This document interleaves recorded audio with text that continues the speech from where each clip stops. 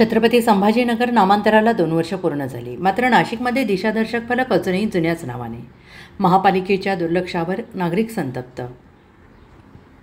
औरंगाबादचे छत्रपती संभाजीनगर असे नामांतर करण्याची शिफारस 16 जुलै 2022 रोजी राज्य मंत्रिमंडळात करण्यात आली होती. त्यानंतर 16 सप्टेंबर 2023 रोजी मुख्यमंत्री एकनाथ शिंदे यांच्या हस्ते नामफलकाचे औपचारिक अनावरण करण्यात आले.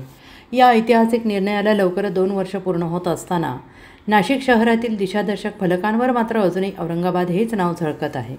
नाशिक महानगरपालिकेच्या बांधकाम विभागाकडे या फलकांबाबत वारंवार तक्रारी दाखल करण्यात आल्या, मात्र प्रशासनाकडून कोणतीही ठोस कारवाई करण्यात आलेली नाही आणि या प्रशासनिक उदासीनतेवर नागरिकांमध्ये तीव्र नाराजी व्यक्त होत आहे. आणि या पार्श्वभूमीवर हिंदू जनसंपर्क कार्यालय आणि सकल हिंदू समाजाने पुढाकार घेत संपूर्ण नाशिक शहरातील दिशादर्शक फलक नव्या नावासह स्वखर्चाने तयार करून ठेवले आहेत. मात्र हे फलक उभारण्यासाठी आवश्यक असणाऱ्या क्रेनची सुविधा महानगरपालिकेकडून मिळावी अशी त्यांची साधी मागणी आहे.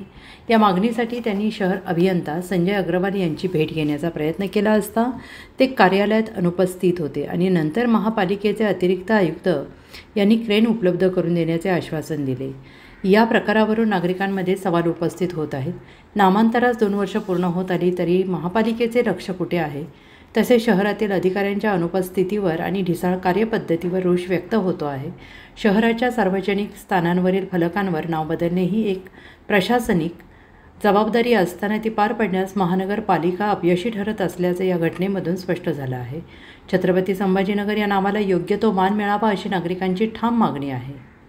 नाशिक लोकशाही न्यूज ब्युरो रिपोर्ट, नाशिक. नगरपालिका क्षेत्रातील ज्या दिशादर्शक कमानी आहेत, ज्याच्यावरती महाराष्ट्र सरकारने औरंगाबादचे छत्रपती संभाजीनगर हे नामकरण केले, परंतु नाशिक महानगरपालिकेतील या कमानींवरती अजूनही औरंगाबाद हेच नाव आहे.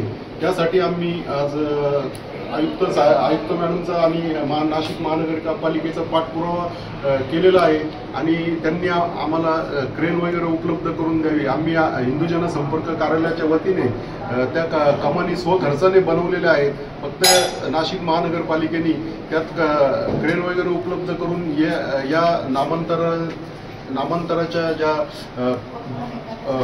कमानीचे नाव बदलण्याचे प्रोसेस आहे त्यासाठी सहकार्य करावे. गेल्या 1.5-2 वर्षांपूर्वी औरंगाबादचं नामांतरण छत्रपती संभाजीनगर झालं आणि संपूर्ण शहरातले जे दिशादर्शक फलक आहेत त्याच्यावरती आजही औरंगाबाद असाच नामोल्लेख आहे. नाशिक महानगरपालिकेचा बांधकाम विभाग असेल, त्यांच्याकडे पाठपुरावा करत आलो, त्यांनी कुठली दाद दिली नाही. त्यांच्याकडे गेल्यानंतर ते महापालिकेकडे बोर्ड दाखवतात, महापालिका बांधकाम विभागाकडे बोर्ड दाखवते आणि त्याच्यामुळे आजतागायत एकही दिशादर्शक फलकावरचं नाव हे बदलण्यात आलेलं नाही आहे.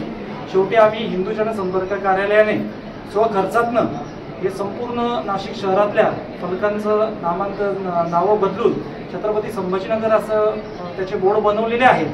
आज आम्ही अग्रवाल साहेबांना भेटायला आलो, ते भेटले नाहीत म्हणून आम्ही अतिरिक्त आयुक्तांना भेटलो. त्यांनी शब्द दिलेला आहे की जर हिंदू जनसंपर्क कार्यालय आणि सकल हिंदू समाजाने नामांतरणासाठी एक पाऊल पुढे टाकलेलं आहे तर त्यांनी उद्या आम्हाला क्रेन उपलब्ध करून देण्याचा शब्द दिलेला आहे. त्यांनी क्रेन उपलब्ध करून द्यावी आणि हिंदुत्वनिष्ठ उद्याचे उद्या शहरातल्या सर्व फलकांवरचे ते नावं बदलून छत्रपती संभाजीनगर असे बोर्ड त्या ठिकाणी लावणार आहोत. त्यासाठीच आम्ही आज सकल हिंदू समाज आणि हिंदू जनसंपर्क कार्यालय आयुक्तांची भेट घेण्यासाठी आलेलो होतो.